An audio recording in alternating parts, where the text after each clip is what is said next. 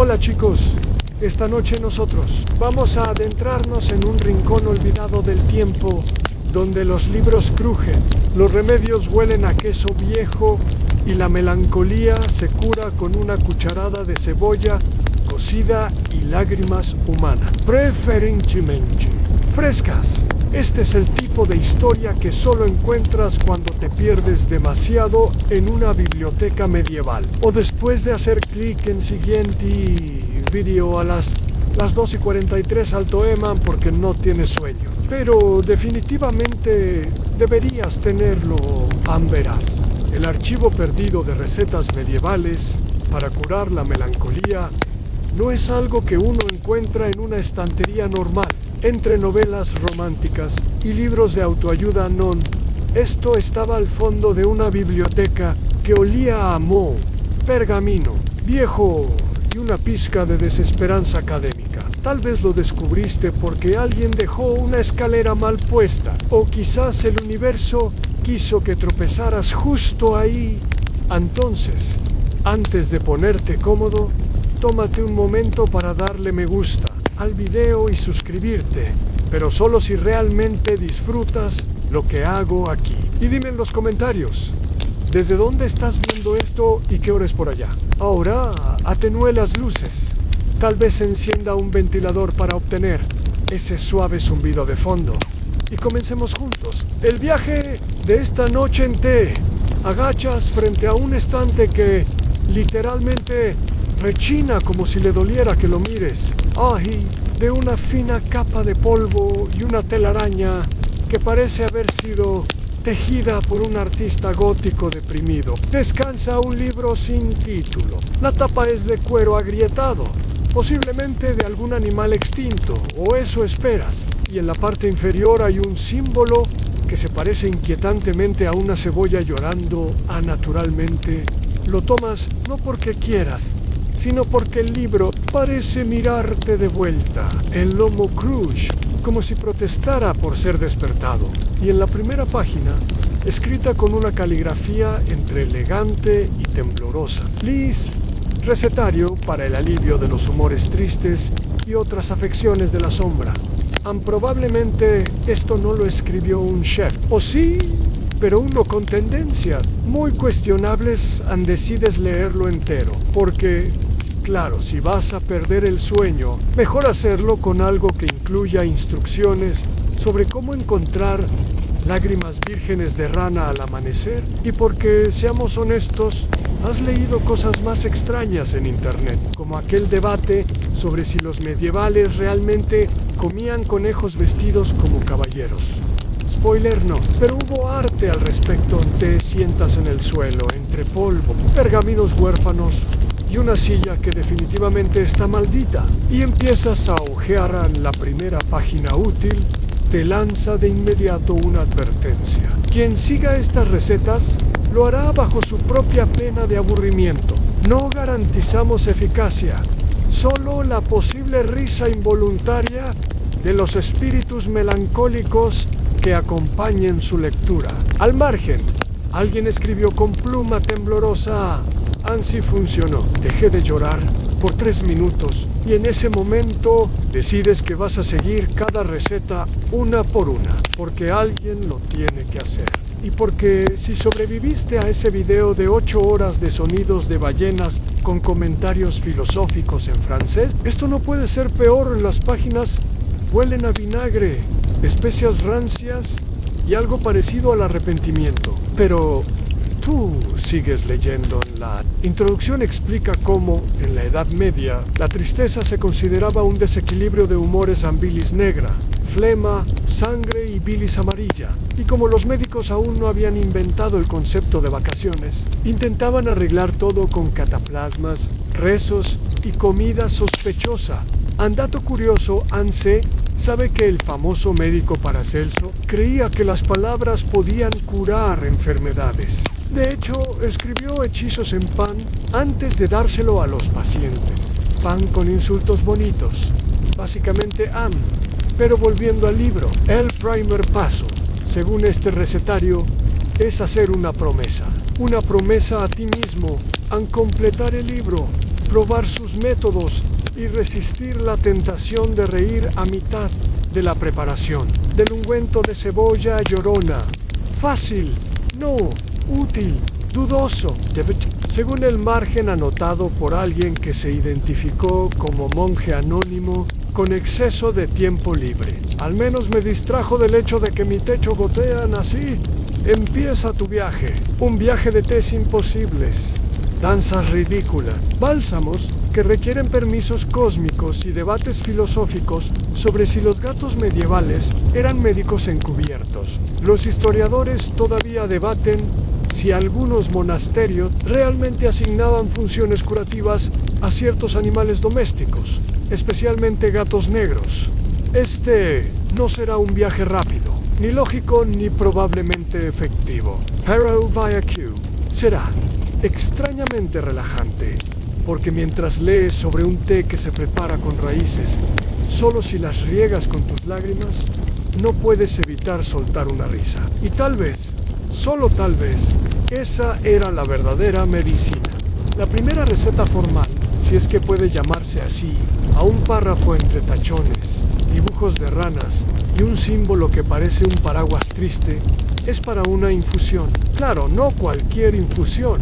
Esta es una mezcla de raíces que, según el autor, solo libera su esencia melancólica inversa si son humedecidas previamente con lágrimas humanas. Y no cualquier lágrima, deben ser sinceras, nostálgicas y preferiblemente saladas por recuerdos de canciones, viejas o cartas que nunca enviaste.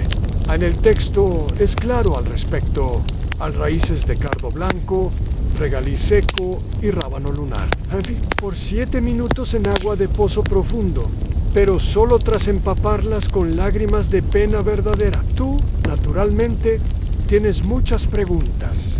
¿Dónde rayos consigues un rábano lunar? ¿Qué tipo de licor medieval hay que beber para que uno empiece a llorar a voluntad? ¿Y cómo sabías que tenías tantas emociones reprimidas hasta que intentaste mojar una raíz con tu llanto? Empiezas por lo básico en buscar las raíces. Encuentras algo que parece regaliz en una bolsa con la etiqueta Proyecto Fallido de Dulces Naturales 1342 en el cardo blanco. Bueno, no estás completamente seguro de si eso es lo que tienes en mano. Pero tiene espinas y se ve juzgón, así que probablemente aplica, y el rábano lunar lo sustituyes con un nabo que alguien pintó. De grisa nadie tiene por qué saberlo. A lo difícil viene después a llorar. Intentas pensar en momentos tristes. La vez que perdiste tu serie favorita a mitad de temporada. Esa vez que saludaste a alguien que no te estaba hablando. Cuando viste al último dinosaurio en pie pequeño Neidan. Luego recuerdas que en la Edad Media la gente provocaba el llanto con cebollas, humo o simplemente leyendo cuentas de impuestos. Así que tomas una cebolla de la despensa, una que parece haber sido importada directamente del siglo XIII, y comienzas a cortarla al lado de las raíces por fin. Una lágrima, una solitaria, héroe lenta, como un caracol deprimido, rueda por tu mejilla y cae sobre el cardo. Lo observas con atención. Están burbujeando.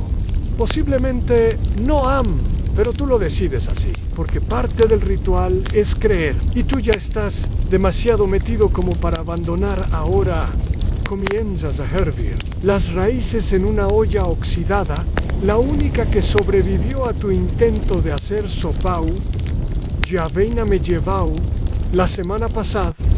El aroma que empieza a salir es una mezcla entre pasto mojado, de verde mal preparado y el tipo de bosque que seguro está embrujado, según la receta. Debes beber el té mientras escuchas música triste de laúd y repites 3 veces, yo dejo ir la pena y a cambio me duermo, no tienes un laúd. Así que pones música de arpa en YouTube en cerca 5 y sí, repites la frase, aunque la segunda vez te detienes a preguntar si alguien que escribió eso estaba sobrio en dato histórico, durante la Edad Media. Muchos creían que ciertas plantas absorbían las emociones del ambiente, especialmente la mandrágora, que, según las leyendas, gritaba al ser desenterrado. Algunos boticarios juraban que las raíces eran más potentes si se regaban con lágrimas, sangre o incluso con leche derramada por viudas en duelo.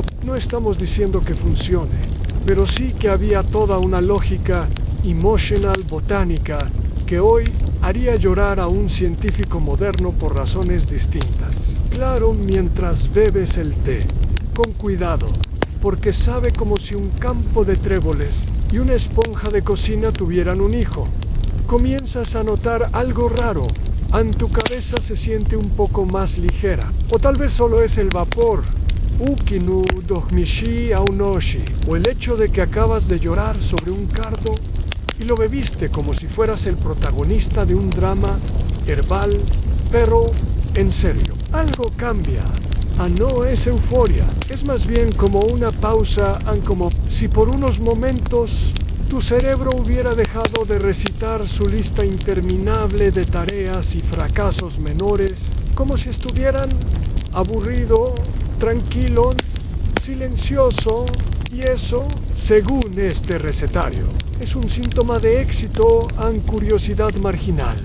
Una nota al pie, escrita en una caligrafía claramente apresurada, como alguien que no quería que lo descubrieran, anotando cosas mágicas en su diario de cocina.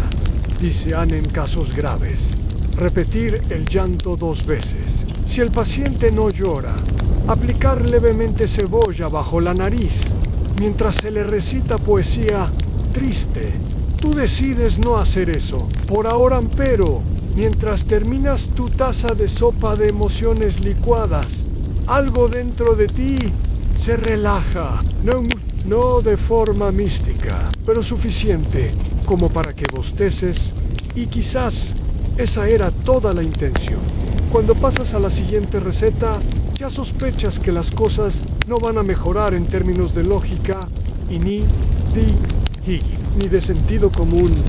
La página está ilustrada con un dibujo rudimentario de un caracol con expresión melancólica, ojos caídos y lo que parece ser un gorrito de dormir. Debajo, un texto elegante, en latín con manchas de tinta, y lo que juras es una huella dactilar pegajosa. Rezan para aliviar la sombra persistente del humor negro.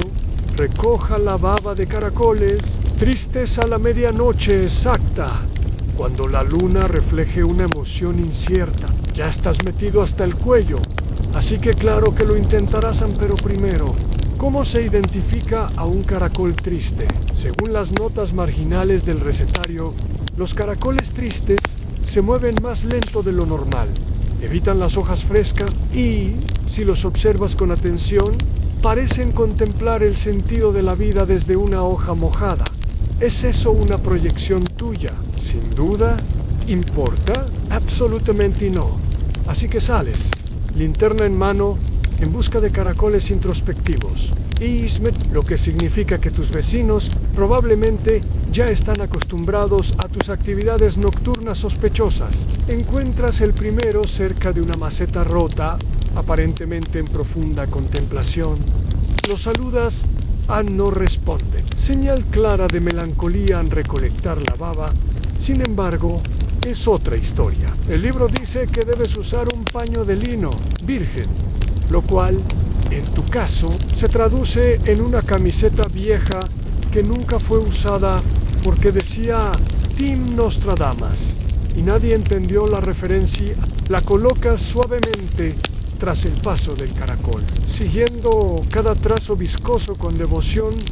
Dato histórico en la medicina medieval. Se creía que la baba de caracol tenía propiedades curativas para la piel, especialmente para heridas, quemaduras y, sí, incluso enfermedades relacionadas con el alma pesada. Plinio el Viejo escribió sobre sus beneficios y hay registros de ungüentos elaborados con extractos de moluscos en boticas del siglo XIII. Lo fascinante es que Aún hoy, cosméticos caros juran por sus beneficios regenerativos. Así que, técnicamente, estás siguiendo una tradición milenaria. Con una camiseta en una vez recolectada una cantidad razonable, el libro no especifica cuánto, solo dice hasta que el paño brille de desánimo. Regresas al libro para la segunda parte. Mezclar con grasa de cerdo, perfumada y polvo de rosa negra. Seca, no tins, eso. Pero tienes manteca vegetal con aroma a lavanda y pétalos oscuros de una flor que probablemente era una rosa antes de rendirse ante la vida. Lo das por bueno. El proceso de mezcla es tan glamoroso como suena.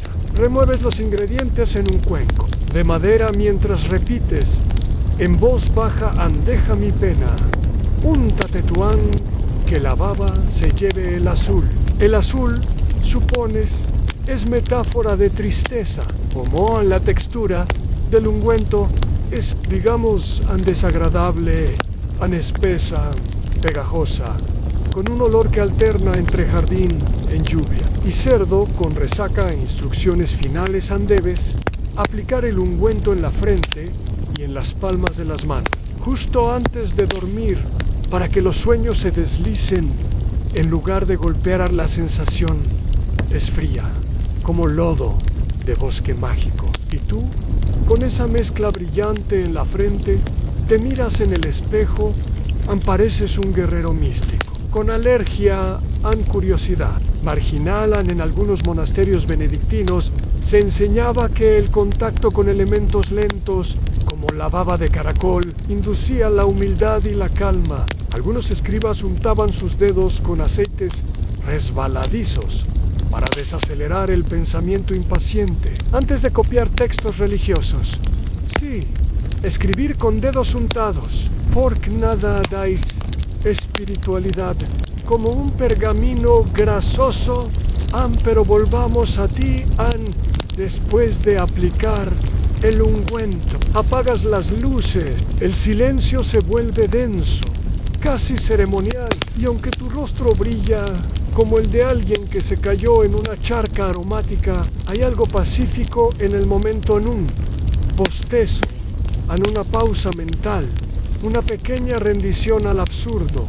Y quizás ahí está la clave, no tanto en los ingredientes ni en la técnica, sino en la total disposición a dejar de tomarte las cosas tan en serio, incluso si eso implica seguir a un caracol durante 10 minutos con una camiseta vieja.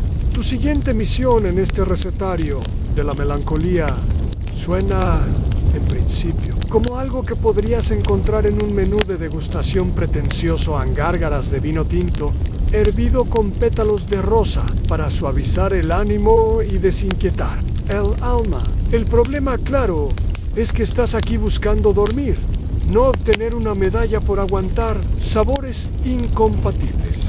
La receta comienza con una advertencia escrita en letras grandes y empapadas de tinta: atención, no tragar bajo, ningún caso, salvo que desees soñar con cabras parlantes durante 7 noches consecutivas. Perfecto. El texto continúa detallando los ingredientes: vino tinto, pétalos de rosa seca, preferiblemente recogidas tras una tormenta emocional, un trozo de canela suficientemente viejo como para haber sido testigo del reinado de Carlomagno. Bueno, el vino lo tienes. La rosa la recoges de una maceta marchita junto a la ventana que huele un poco a arrepentimiento botánico. La canela. Digamos que encuentras un pedazo olvidado en el fondo de tu alacena, cubierto de polvo, que encaja perfectamente con la descripción. Sigues los pasos. Primero, calientas el vino en una olla pequeña, agregando los pétalos mientras recitas una frase que parece escrita por alguien con un sentido del humor muy seco.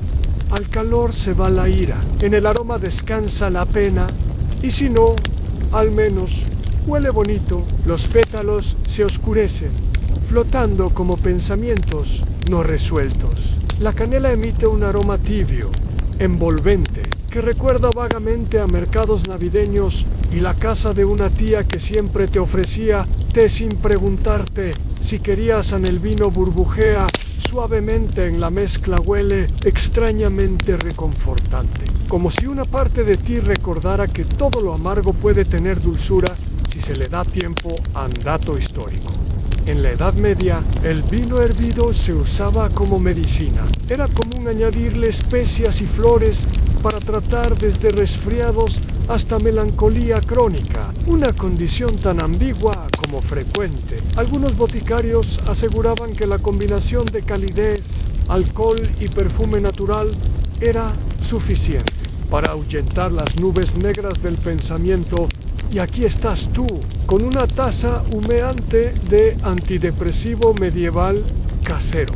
A la parte difícil llega ahora. Las gárgaras en el libro dice que deben hacerse durante exactamente el tiempo que dura un pensamiento negativo, lo cual no ayuda en lo más mínimo. 5 segundos, 3 horas, decides improvisar, llenas la boca con el líquido tibio. El sabor es complejo, una mezcla de vino suave, flores marchitas y madera antigua. La sensación es cálida, casi reconfortante, hasta que haces la primera gárgara y todo adquiere el tono de un experimento alquímico salido mal al segundo intento. Sueltas un pequeño ruido que recuerda vagamente al canto agudo de una cabra sorprendidísima afortunadamente. Nadie te oye. En teoría, repites el proceso 3 veces, tal como indica la receta. Entre cada gárgara, debes murmurar: no tengo prisa, no tengo peso, no tengo sueño, pero quiero uno. Las palabras, al principio absurdas, empiezan a adquirir cadencia, como un mantra sin ambición. Te sientes, de pronto, como un monje cansado, que ya se resignó a que las velas tarden 1000 años en derretirse. Curiosidad marginal. En algunos círculos místicos del siglo XIV se creía que la voz humana podía purgar emociones si era vibrada en ciertas frecuencias. Hay registros de sesiones de gárgaras armónicas en abadías de Provenza, donde los monjes practicaban sonidos guturales para equilibrar sus humores. No eran populares entre los vecinos y tú, sin saberlo, acabas de unirte a esa tradición jalel. Efecto. Eso sí, no es inmediato, no ves visiones. No se te aparece un santo medieval para darte consejos, pero sientes como la mandíbula se afloja. El cuello deja de crujir como una puerta antigua. Tus hombros bajan medio centímetro y la cabeza, bueno, comienza a sentirse lenta, no atontada, sino sosegada, como si todo lo urgente hubiera sido metido en una caja y sellado con pétalos de rosa tibios. Apagas la hornilla, miras la olla, aún humeante, y piensas: ¿será que estoy cayendo en esta tontería? Posiblemente sí, pero qué tontería más cómoda. Estas alturas, ya deberías saber que nada en este libro va a ser sencillo, discreto o completamente cuerdo. Así que, cuando abres la siguiente página y lees ejercicio de respiración rítmica para apaciguar el alma con acompañamiento, Caprina, no te sorprende tanto como probablemente deberías. El texto empieza con una cita que parece sacada directamente de la sección de consejos del herbolario del pueblo. Respira como respira el campo, lento, profundo y sin notificaciones. Luego explica que el aire entra al cuerpo como una visita educada. Debe ser recibido con calma y despedido con gratitud. Pero también aclara que para que el ejercicio funcione de verdad, debe hacerse en presencia de una cabra que cante en sí. Canten obviamente no tienes cabras, pero el margen contiene una anotación útil. Si no hay cabras disponibles. Grabación será aceptable, siempre que la cabra en cuestión tenga buen tono y cierta tristeza en el balido. Pones tus audífonos, buscas cabra triste balando en sol menor. En YouTube hay opciones. El sonido es indescriptible, como si alguien hubiera comprimido todos los sentimientos de una comedia romántica. fallida en el grito de un animal montañés y funciona. El libro indica un patrón de respiración: inhalar contando hasta 4, imaginando que absorbes la bruma de un bosque húmedo. Retener el aire por 5 segundos, como si estuvieras decidiendo si responder o no un mensaje pasivo-agresivo. Exhalar durante 6 segundos, visualizando tus preocupaciones, alejándose en forma de humo, con forma de cucharas flotantes. Repetir durante 10 minutos tan fácil, ¿no? La primera ronda va bien, aunque tienes que reprimir una risa porque la cabra en los audífonos acaba de soltar un blip particularmente dramático justo cuando tú estabas tratando de retener la niebla. En la segunda ronda te acomodas mejor, el ritmo empieza a sentirse natural, como si tu cuerpo,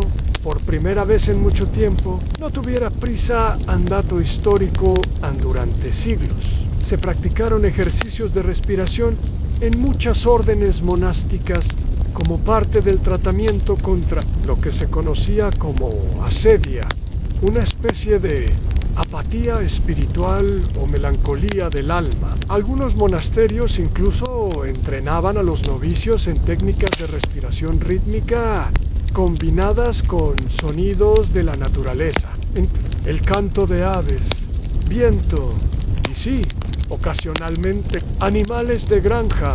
El principio detrás de esto era simple en sí. El mundo respira, tú también puedes. Sigues respirando en la tercera ronda.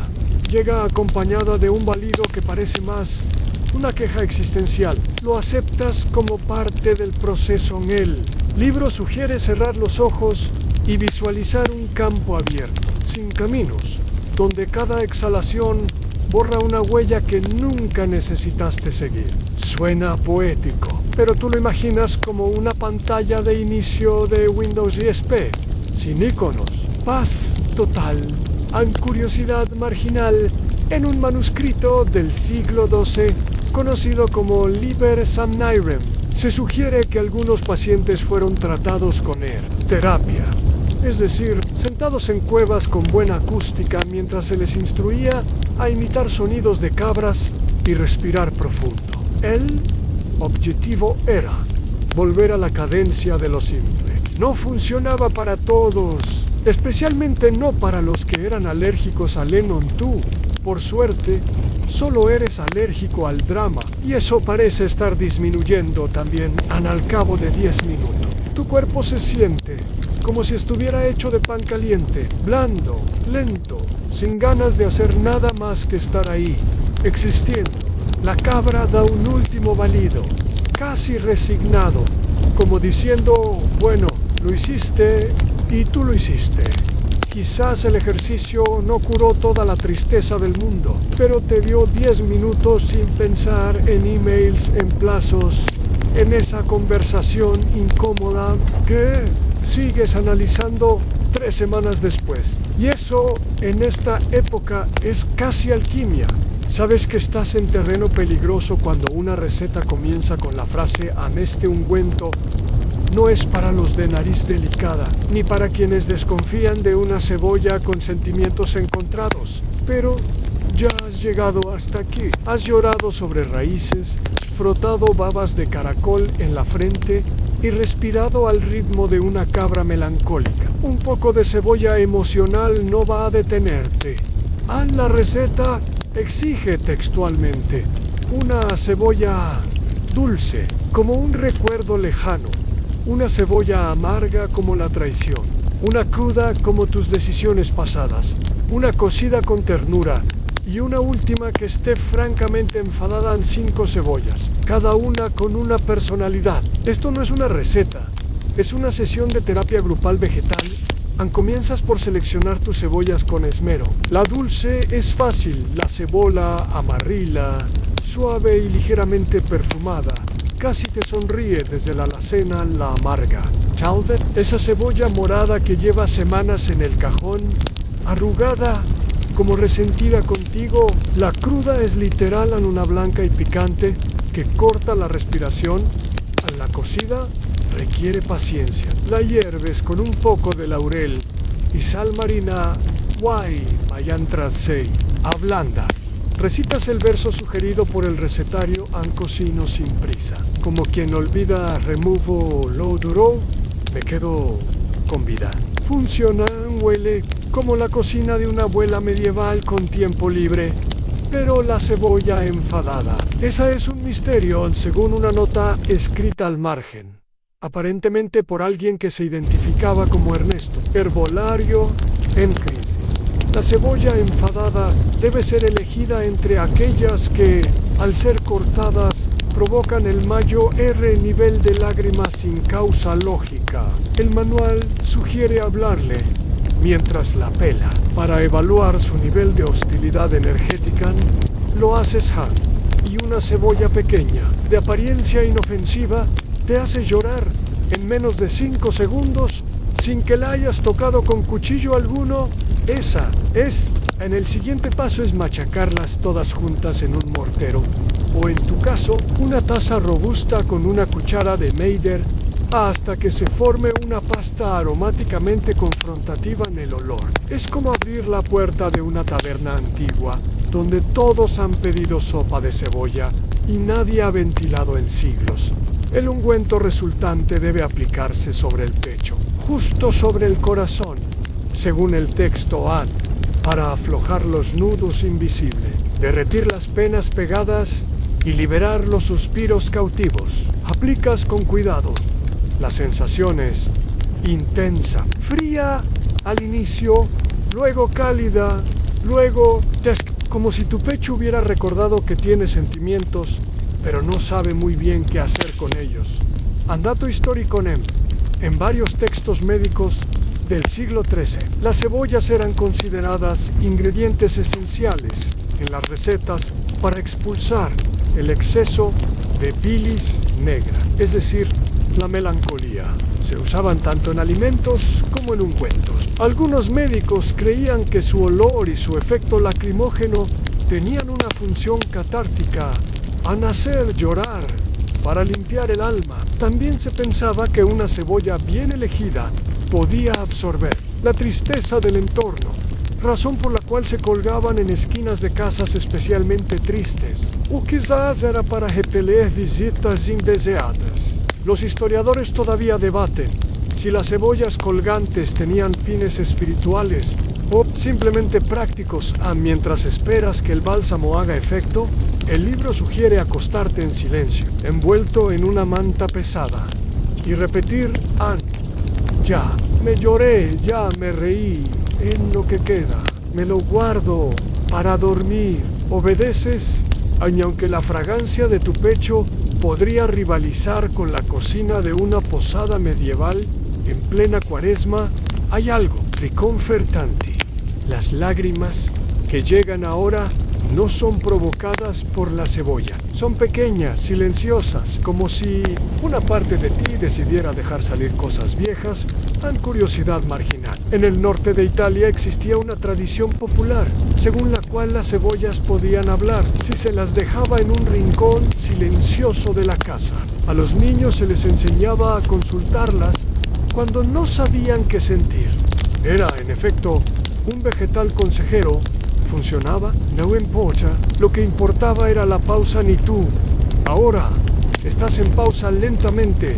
El pecho se relaja, el aroma se suaviza y la idea de dormir empieza a sentirse como una posibilidad más cercana que absurda. La siguiente página del recetario parece arrancada de otro libro. Por accidente está llena de pequeños dibujos de personas en posiciones extrañas, como si estuvieran en medio de una coreografía entre un exorcismo suave y una clase de zumba. Medieval, al pie de la página, un texto en tinta dorada anuncia con orgullo un baile de la melancolía menguante, practicado y aprobado por 2 monjes cartujos y un gato con reputación de exorcista emocional. Sabes que estás en un punto de no retorno cuando las instrucciones comienzan. Con el paso 1, gira sobre ti mismo lentamente mientras sostienes una escoba invertida. Paso 2, al llegar a la 4ª vuelta, detente, canta una nota sostenida en tono nasal y saluda hacia el norte. te preparas, colocas la escoba sobre tu cabeza, como si fueras un samurái confundido, y das el primer giro. La habitación se tambalea un poco, pero nada grave. En el segundo giro, ya estás conteniendo la risa. En el torchero, sospechas que tus vecinos piensan que practicas rituales agrícolas nocturnos. En el cuarto giro siempre es el que más compromete tu dignidad. Luego viene la nota sostenida. El libro sugiere una vocal abierta. ¿Cómo? Pero añade una advertencia útil a no excederse en decibelios. Los espíritus de la tristeza son tímidos y podrían ofenderse. Tú suena como una alarma de te humano. Ridículo, un poco liberador, andato histórico en ciertos monasterios del siglo XIII, especialmente en regiones del sur de Francia, se practicaban danzas devocionales destinadas a expulsar malos humores. A menudo estas danzas incluían giros cantus hichimikus e incluso movimientos de brazos que imitaban animales, como gansos o gatos. Hay registros de un convento en el que un gato era considerado parte esencial del ritual y se decía que ronroneaba durante las sesiones con especial entusiasmo, cerca de los danzantes más tristes. Sí, eso existió. El segundo bloque de movimientos implica balancearse de lado a lado con las rodillas flexionadas, como si se intentara esquivar una pluma mágica que cae desde el techo. Haces tu mejor intento, aunque más que mágico pareces un espantapájaros confundido en rehabilitación física. La música sugerida es cualquier cántico de alabanza con ritmo bailable. En tu caso, eso se traduce en una playlist de cantos gregorianos remix. Al principio parece una blasfemia sutil, pero tras 3 pasos se siente extrañamente reconfortante. La secuencia final es la más compleja. Brinca 3 veces hacia atrás, rueda los hombros, inclina la cabeza como si escucharas un secreto y termina señalando el cielo con una sonrisa vaga. Lo haces con todo, como si en vez de seguir instrucciones bizarras, estuvieras invocando una paz que ya vive dentro de ti, pero que a veces necesita salir disfrazada de comedia corporal, curiosidad marginal. El conocido herbolario Hildegard von Bingen creía que el cuerpo podía sacudir la tristeza si se lo obligaba a moverse de formas inesperadas. Sus escritos incluyen instrucciones de posturas y pasos específicos, acompañados por versos repetidos. Era algo entre liturgia, yoga prematuro y performance espiritual. Algunos de sus movimientos fueron tan populares que se tradujeron en pequeñas obras teatrales dentro de las abadías Santú. Sin saberlo, te has unido a esa tradición al terminar la rutina. Te sientes ligeramente mareado, pero también vacío en el buen sentido, como si tus pensamientos hubieran tenido que moverse contigo y se hubieran perdido entre giro y giro. El libro sugiere que tras la danza te sientes en silencio con una taza caliente entre las manos, té, leche, sopa, lo que sea menos, y observes la respiración no para controlarla, solo para notar que sigue ahí. Tú optas por agua tibia, lo más neutral posible. El vapor sube en tus manos cálidas y tú, sentado, ligeramente sudado, con la escoba a un lado y el corazón, curiosamente, más liviano. Puede que no estés completamente curado, pero, vamos, bailaste por tu sanación. Y eso es más de lo que muchos pueden decir. Te despiertas, o al menos sientes que has vuelto a la realidad. Con el libro todavía abierto y el título de la siguiente sección te hace fruncir el ceño como si estuvieras leyendo un correo sospechoso. Ahí, con letras algo desdibujadas, por una mancha antigua de lo que probablemente fue caldo. Dice las 11 sopas que detienen el llanto se han firmado por 4 abuelas y un boticario. No se trata de metáforas, son recetas de sopas para no llorar y no son solo listas de ingredients. Cada sopa viene acompañada por una pequeña nota sobre a quién ayudó y en qué situación. como si este fuera el archivo de cocina emocional de un club secreto de curanderos sentimentales. A la primera es la sopa de puerro y raíz de lirio. Según el recetario, fue servida a un joven aprendiz de herrero que no superaba la muerte de su paloma favorita. Después de 3 cucharones, sonrió. Al quinto, pidió cantar una canción sobre herramientas. Al séptimo, ya estaba enamorado de una panadera. Tú no tienes raíz de lirio, pero tienes puerro. Y decides improvisar andato histórico en la Edad Media. Se creía que ciertos caldos, especialmente aquellos hechos con vegetales de raíz profunda y hierbas templadas, podían equilibrar los humores del cuerpo, en particular la bilis negra, que se asociaba directamente con la melancolía. Las sopas eran más que alimento, eran medicina líquida. Monasterios y boticas tenían sus propias fórmulas para suavizar el espíritu. La sopa número 3 lleva vino tinto, menta y cebolla asada. Se llama Reconciliación de Invierno. El libro menciona que fue servida a 2 hermanas que no se hablaban desde una disputa por un libro de salmos. Al final del bol, compartieron una manta y tejieron juntas una bufanda. También dice: no sirve si se toma sola. Requiere al menos 2 cucharas compartidas y silencio de 15 minutos.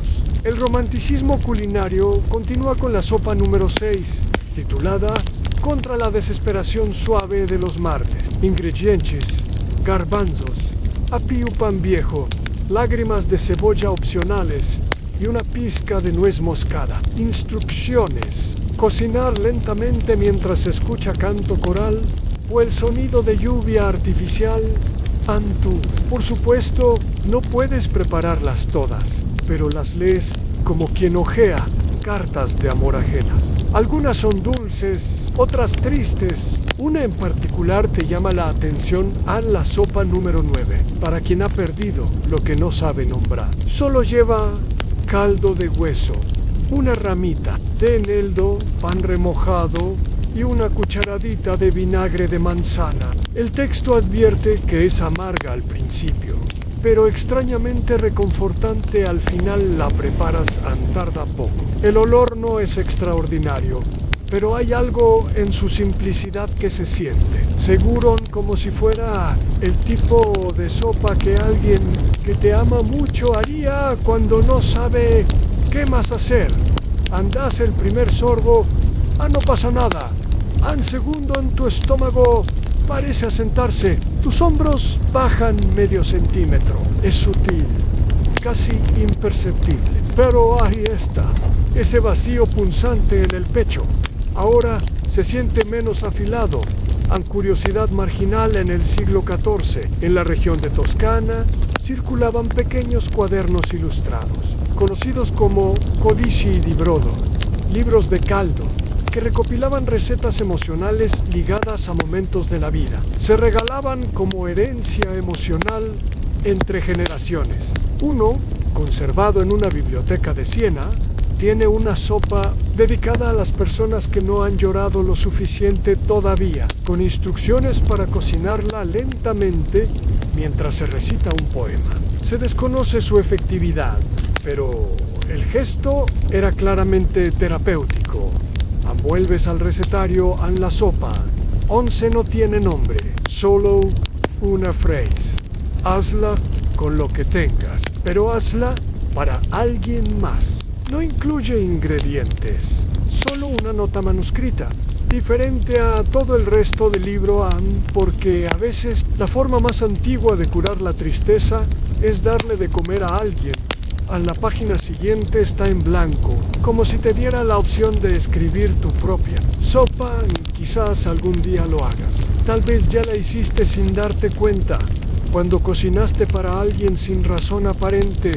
Por ahora, terminas tu sopa 9 y no lloras, pero sientes que podrías, si lo necesitaras.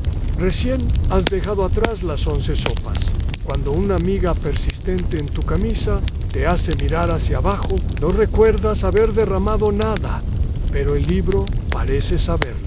porque justo al pasar la página siguiente, una nueva receta te salta a la cara, con desvergüenza. Cataplasmas de pan mojado, bendecido por el bostezo de un abad, solo válido antes del amanecer. Y sí, hay una nota al margen con letra apretada ANSI. El abad no bosteza de forma audible. La bendición no cuenta. Suspiras. No tanto por lo absurdo del procedimiento que, a estas alturas, ya ni sorprende, sino porque la receta te exige dos cosas: a madrugar y encontrar un abad. Ninguna es tarea fácil para alguien en pijama que no ha terminado su segunda taza de agua tibia con limón metafísico, dato histórico ampliamente conocido durante la Edad Media. Muchos monasterios desarrollaban remedios caseros para tratar tanto dolencias físicas como espirituales. Los monjes benedictinos en particular cultivaban jardines de hierbas y redactaban tratados médicos basados en conocimientos clásicos mezclados con observación empírica. Sin embargo, el bostezo bendito no figura en ningún códice oficial, al menos no en los que se consideran serios. La receta sugiere usar pan del día anterior, remojado en agua de lluvia, recogida en recipiente de barro. Luego se debe calentar a temperatura corporal, lo cual, según el margen, puede lograrse guardándolo entre las axilas por 15 minutos o dejando que un gato se acueste encima. Rasgas un pedazo de pan viejo. No tienes agua de lluvia, pero decides usar la del grifo. Seguro que el abad del que habla este libro tampoco existió.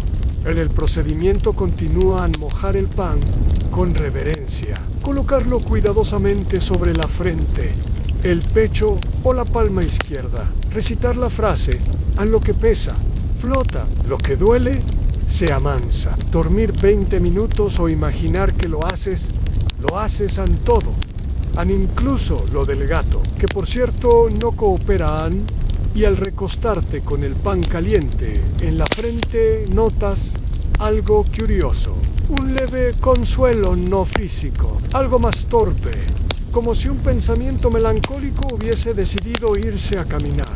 Mientras tú no miras con curiosidad excéntrica un manuscrito encontrado en un monasterio en Reims, describe un tratamiento para la melancolía del aliento que incluía oler un pañuelo en el que un abad había estornudado durante un sermón especialmente aburrido. Aparentemente, el bostezo era considerado una manifestación del alma aflojándose y por ende sagrada en ciertos contextos.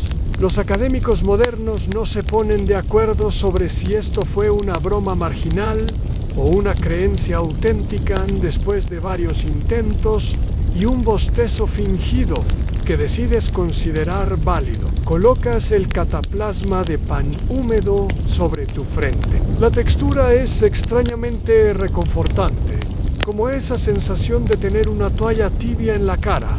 Cuando tienes fiebre, no te duermes, pero entras en un estado de medio reposo en el que todo parece envuelto en pan tibio, en frase con debate académico.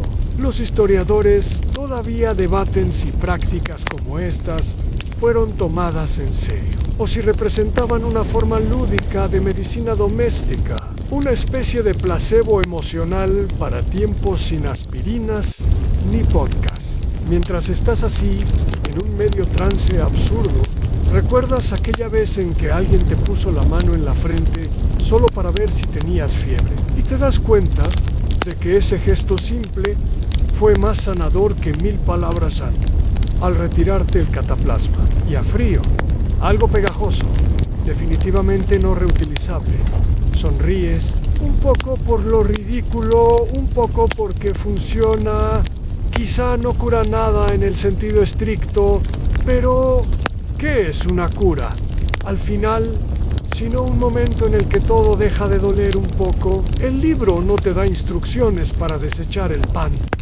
Lo entierras en una maceta, porque sí, porque hay algo ceremonial en eso, y porque a estas alturas cualquier gesto con sentido parece tener su propia receta. La página que sigue Wellian no es una metáfora, realmente Welia o eso crees tú, hasta que te das cuenta de que lo que estás oliendo es la mezcla de tu imaginación con el recuerdo de una vez en que abriste un frasco viejo de bálsamo de labios, caducado en casa de tu tía.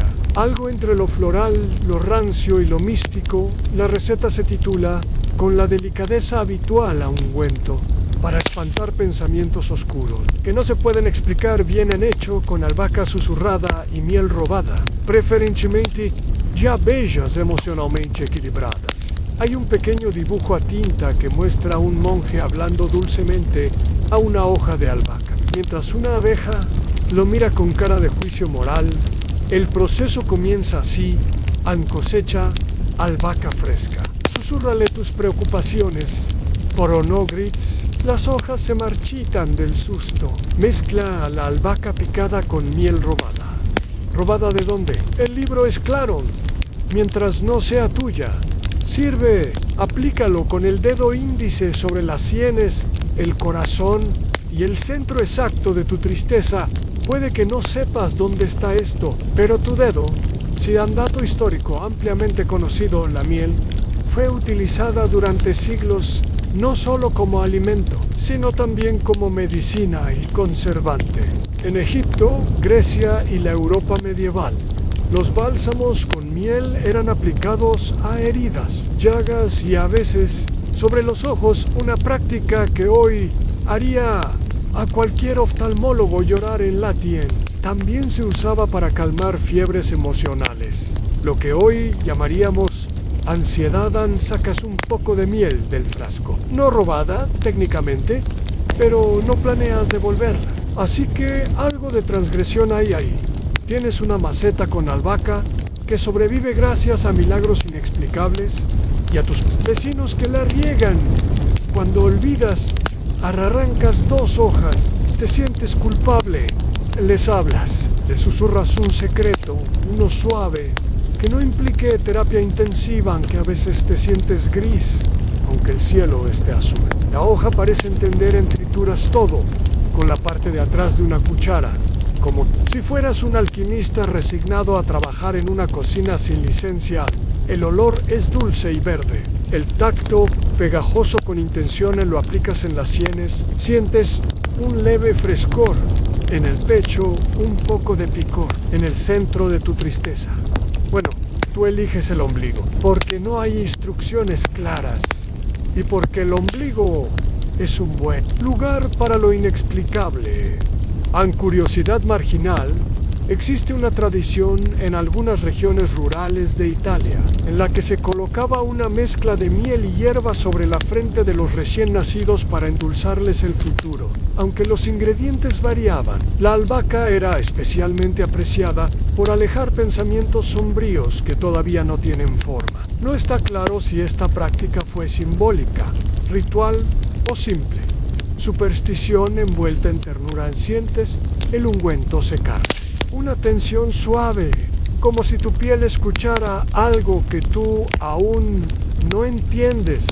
Repites la aplicación una segunda vez. Por gusto, no por instrucción, como quien reescribe una frase porque le gustó el eco en frase, con debate académico. Los historiadores todavía debaten si las recetas de bálsamos emocionales medievales eran verdaderamente funcionales o más bien ritos performativos con un efecto placebo intensificado por la fe colectiva. Cierras los ojos, respiras hondo. Hay algo en este pequeño acto que roza lo místico, no por su eficacia, sino por su intención en cuidar algo roto con ternura absurda, convertir ingredientes comunes en gestos rituales. Decirte, con miel y hojas, tú mereces alivio. Incluso si no sabes de qué y en el libro, te invita a guardar el resto del ungüento en un frasco que te guste y a usarlo cada vez que una nube parezca instalarse detrás de tus ojos. Tú lo haces no por obediencia, por instinto, porque si la tristeza no siempre puede curarse, al menos puede perfumarse. La siguiente receta comienza con una advertencia escrita en rojo aneste.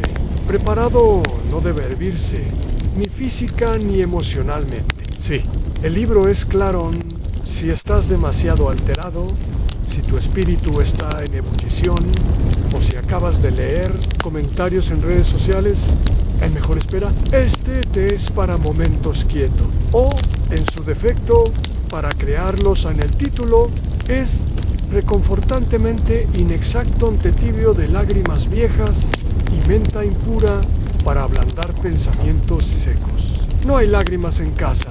Las últimas las dejaste en ese episodio de tu serie favorita, cuando el personaje del perro se sacrifica, pero el libro tiene una alternativa si no tienes lágrimas almacenadas. Usa agua con una pizca de sal melancólica. Puede generarse mirando por la ventana durante 3 minutos con música de arpa de fondo.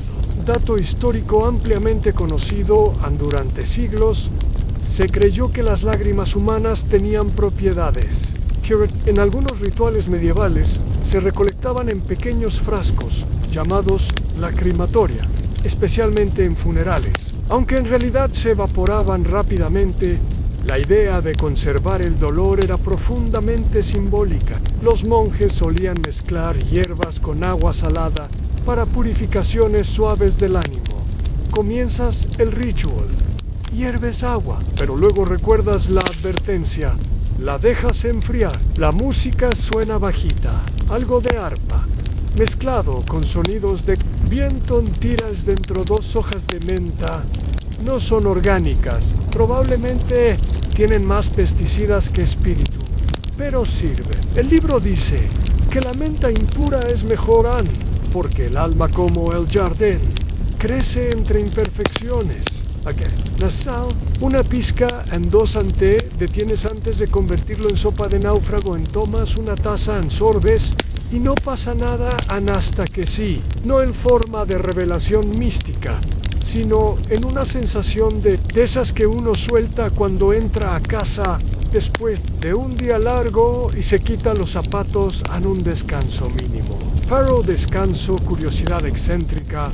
Un manuscrito inglés de 1472 menciona el té de lamento, preparado exclusivamente por viudas durante luna nueva, hecho con menta hinojoa y gotas de agua recogida de estalactitas. Se decía que ayudaba a dormir sin pesadillas y recordar con dulzura. No hay evidencia de que funcionara, pero fue muy popular entre quienes no querían olvidar, solo suavizar.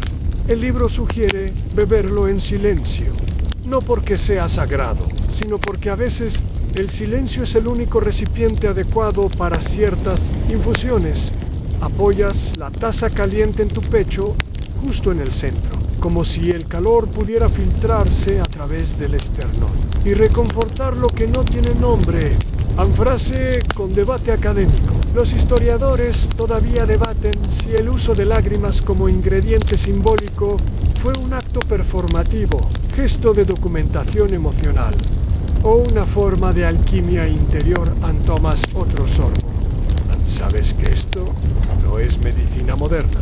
No hay compuestos activos, no hay efectos clínicos medibles, solo una mezcla tibia con sabor a jardín y nostalgia. Pero el cuerpo, a veces, responde mejor a eso que a una cápsula terminas la taza. Te sientes, si no curado, al menos acompañado por ti mismo. El libro recomienda conservar un frasco pequeño de esta infusión en la mesita de noche, no para beber, sino para oler cuando te despiertes confundido. Porque el olor, dice, tiene memoria, más larga que la mente, lo hace san, y por primera vez en mucho tiempo. El gesto de preparar algo para ti, aunque sí simple, aunque sea raro, se siente como un acto de respeto hacia ti y hacia todas las partes de ti que duelen sin razón.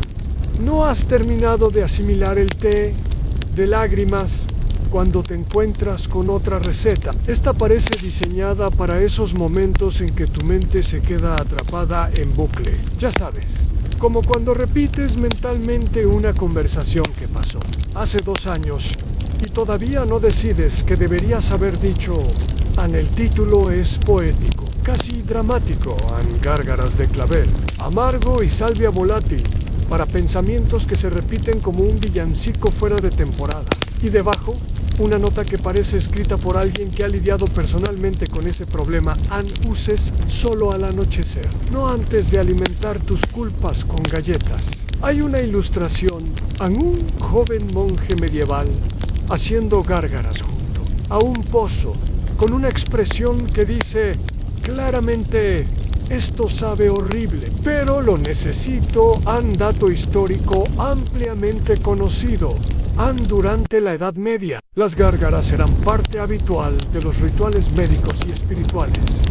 Se creía que ciertos brebajes ayudaban a limpiar la voz del alma, especialmente antes de confesiones, votos religiosos o decisiones importantes. El clavel, aunque más conocido hoy como flor decorativa, era usado en infusiones para tratar fiebre, tristeza y tormentos del pensamiento circular.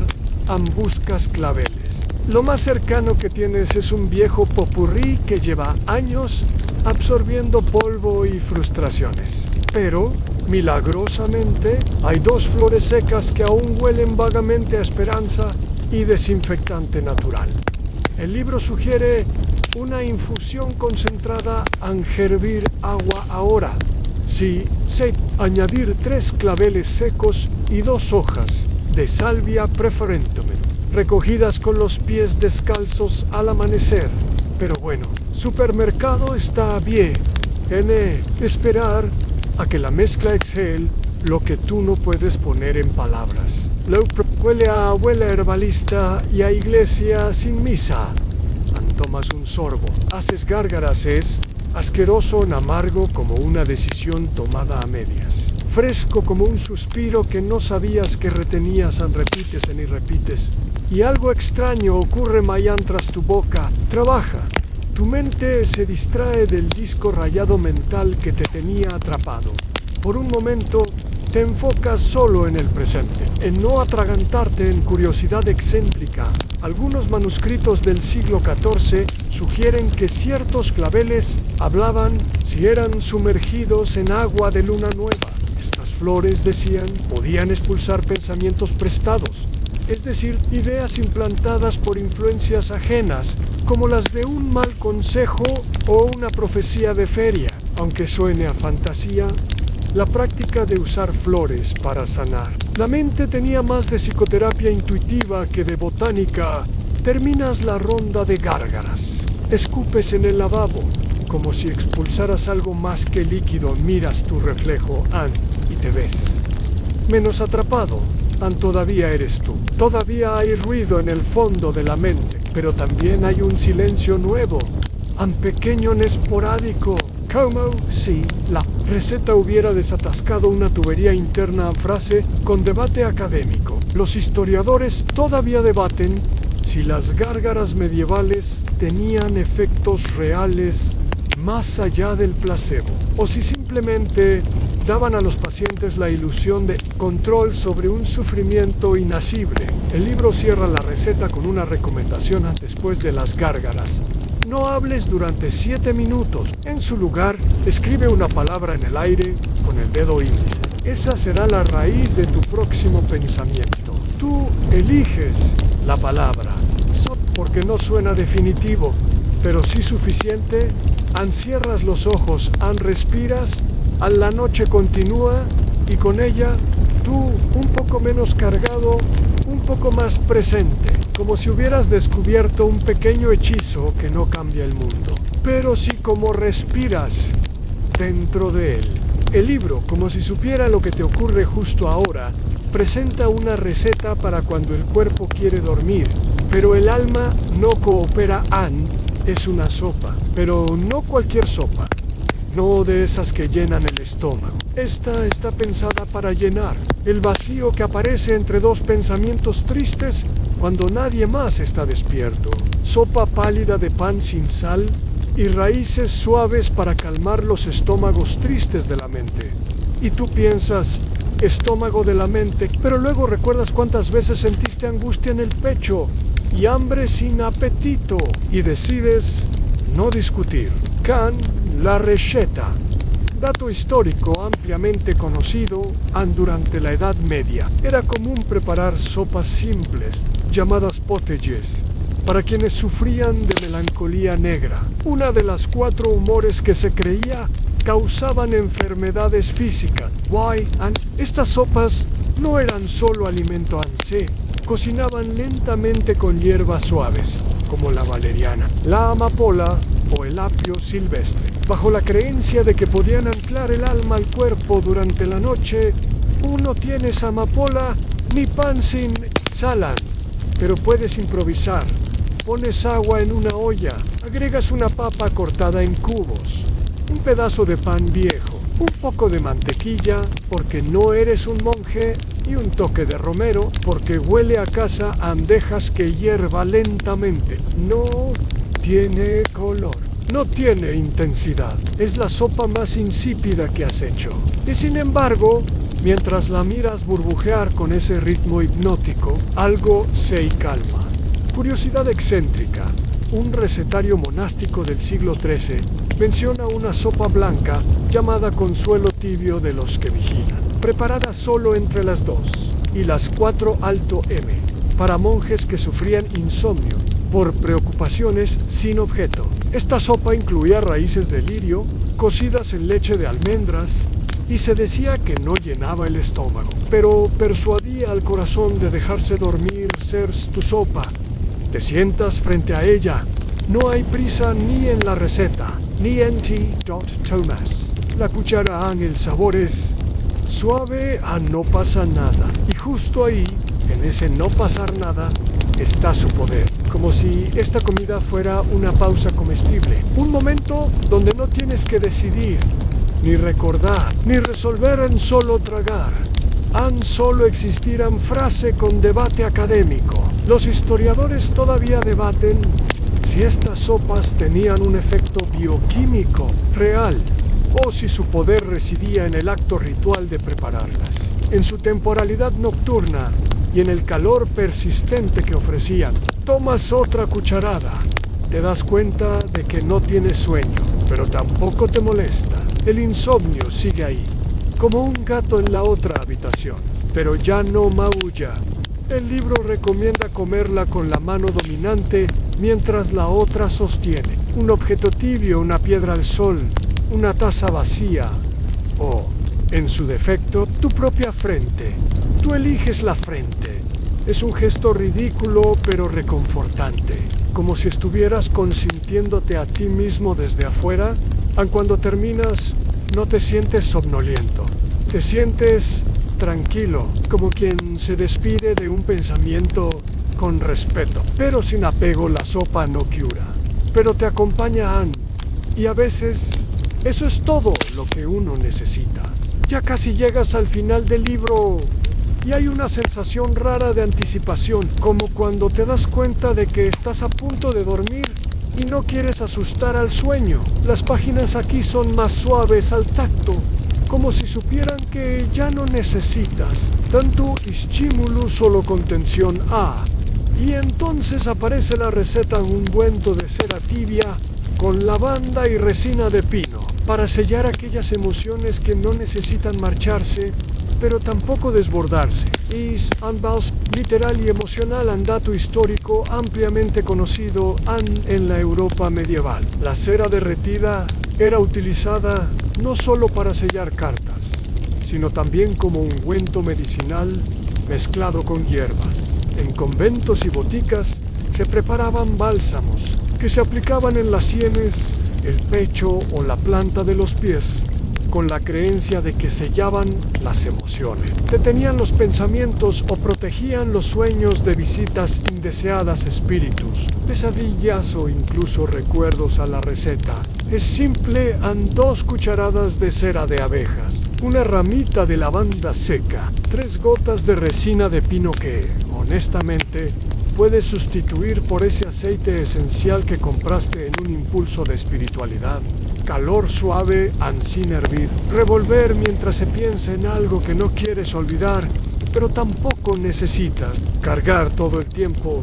Mientras la mezclas en una pequeña olla, El aroma te envuelve. Lavanda dulce, madera, algo entre bosque y biblioteca antigua, curiosidad excéntrica, un manuscrito del siglo XII, encontrado en el monasterio de Senkor. Sugiere que ciertos ungüentos eran aplicados sobre el corazón en noches de luna creciente, para cerrar las puertas del alma al exceso de emoción. Según este texto, si la emoción era buena, se conservaba. Si era mala, simplemente no encontraba salida. Como un sistema emocional de filtrado medieval, tú apagas el fuego. La mezcla se enfría un poco. La viertes en un pequeño recipiente. El frasco vacío de una crema que nunca te gustó, pero cuya tapa cierra bien. El libro sugiere aplicar el ungüento en 3 puntos. Las muñecas, la frente, la base de la nuca, lo haces. En el calor es leve, el aroma constante, la sensation, como la de cerrar una carta que estuviste escribiendo sin darte cuenta. Phrase con debate académico. A los historiadores todavía debaten si estos ungüentos tenían fines estrictamente medicinales o si se trataban, en esencia, de rituales emocionales, actos simbólicos de cuidado personal, mucho antes de que la psicología existiera como ciencia. Después de aplicarlo, el libro sugiere lo siguiente: no hables, no pienses, no hables, solo respira 3 veces con los ojos cerrados y no mires el reloj. Obedeces a una respiración, a 2, a 3.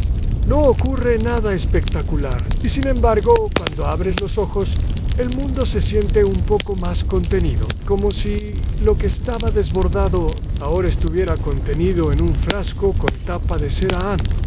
El ungüento no borra An, no cambia tu vida, pero algo en ti se siente más recogido, más dispuesto a descansar en la noche, se hace más densa. El silencio, más amable, y tú estás bien, An solo. Eso, An. Y eso es mucho. Aquí estás, en última página, última receta. Y el título se presenta: sin pretensiones, infusión de sueño, sin fruto ni urgencia. No promete visiones, no jura eliminar la tristeza. No intenta salvarte solo. Calmarte, el libro lo llama vino de sueño, no porque embriague, sino porque fluye lento, tibio, dulce sin azúcar. Un vino sin uvas, sin fermentación, pero con esa textura densa que invita al cuerpo a desacelerar un dato histórico ampliamente conocido en la Edad Media. Antes de dormir, era común consumir infusiones templadas con leche, higos secos y cortezas de árbol cocidas, en especial entre nobles o religiosos. Estos vinos suaves no contenían alcohol, sino hierbas tibias y dulces, como manzanilla, tila, flor de saúco o incluso migas de pan cocidas, y se ofrecían como forma de avisar al alma que el día ha terminado en tu versión. Para una cocina moderna con media voluntad, un vaso de leche vegetal o de vaca, una pizca de canela, un trozo de cáscara de naranja, una flor de manzanilla y una cucharadita de avena molida, solo para espesar la noche. Calientas la mezcla sin hervirla, no por instrucciones mágicas, sino porque ya entendiste, lo importante no es el sabor, es el ritmo. Todo esto es una coreografía lenta. Mientras esperas, lees el epígrafe al final de la página. En este brebaje no está diseñado para hacerte dormir. Está hecho para recordarte que ya no tienes que estar despierto. En un convento de Salerno, monjas del siglo XI preparaban una infusión de leche con almendras molidas y fragmentos de papiro cocido. Sí, papiro, creyendo que al beberlo se digería también la palabra escrita. Y con ello se deshacían los pensamientos rumiantes del día. Tu bebida está lista. El aroma te abraza como una frazada. La primera sorbo es tibieza líquida, no deliciosa, no aburrida, solo, inevitablemente, calmante, como una conversación que ya no necesita palabras. Los historiadores todavía debaten si estas bebidas eran concebidas como rituales litúrgicos laicos, una especie de misa personal previa al descanso, donde se bebía no el cuerpo de Cristo, sino el permiso para apagar el cuerpo propio. Tomas otro sorbo y en ese momento no estás resolviendo nada, no estás esperando nada, no te preparas para nada solo. Existes entre un sorbo y otro Han. Y eso, esta noche, es suficiente en tu cuerpo, ya sabe lo que sigue. Tus párpados ya tienen opinión. El libro no se despide, solo terminan y tú, sin darte cuenta, ya estás medio dentro del sueño. Y ahora que las páginas han callado y la noche se ha extendido por completo como una manta demasiado grande, puedes simplemente ir. No necesitas recordar cada receta, ni repetir ninguna palabra, no hay tarea pendiente, no hay urgencia al acecho. El tiempo, por una vez, ha soltado el reloj. Tu cuerpo está donde debe. Tus pensamientos ya no gritan, solo flotan, como hojas en agua tibia. Si algo sigue inquieto, déjalo estar. No es necesario que todo esté en orden para descansar. Basta con que tú decidas no seguir corriendo detrás del día. Siente tu respiración. No la cambies. Solo obsérvala, como si fuera una vieja amiga que ha venido a quedarse en silencio contigo. El mundo no te necesita en este instante. Las preguntas importantes esperarán y las pequeñas se resolverán solas. O no imagina que estás envuelto en cera tibia, no atrapado, protegido, como una carta sellada que no necesita ser abierta esta noche. Los sonidos se hacen más tenues, el aire es más lento, tu cuerpo se va disolviendo en la quietud, y en esta quietud hay espacio para lo más importante, dormir, soñar, recomenzar, todo lo demás. Puede esperar. Buenas noches.